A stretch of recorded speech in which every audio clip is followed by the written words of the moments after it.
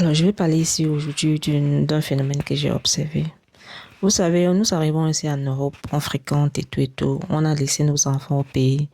Et puis, à un certain moment donné, on s'est dit, voilà, il faut qu'on aille chercher les enfants. Sauf que quand les enfants arrivent ici, c'est un choc en fait. C'est deux mondes différents. C'est l'Europe et puis c'est l'Afrique.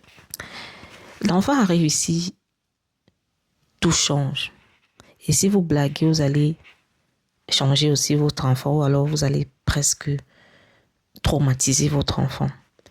L'enfant quitte l'Afrique dans un milieu où il était épanoui, un milieu où il vivait avec ses grands-parents, je suppose, un milieu où il avait tous ses amis auprès de lui, un moment où il avait l'espace, un milieu où il avait l'espace partout. Parce que votre enfant en Afrique avait suffisamment d'espace. Votre enfant pouvait se mouvoir dans tout le quartier. Votre enfant pouvait jouer un peu de partout, crier, sauter. Et on connaît les enfants africains. On connaît les enfants africains avec toute l'énergie qu'ils dégagent en fait. Alors l'enfant arrive ici en Europe.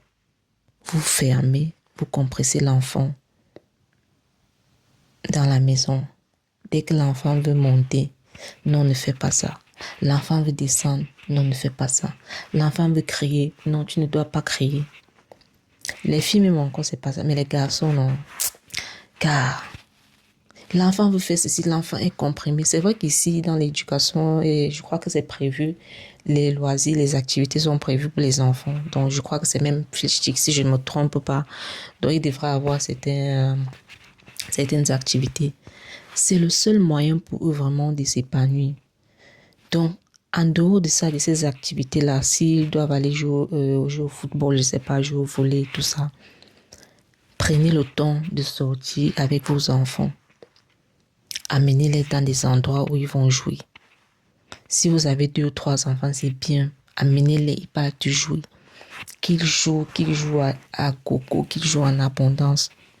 Parce que c'est comme ça qu'ils ont été éduqués en Afrique. Il ne faudrait pas que l'enfant arrive ici, commence à être comprimé, non. Parce qu'à l'école encore, ce sera un autre choc.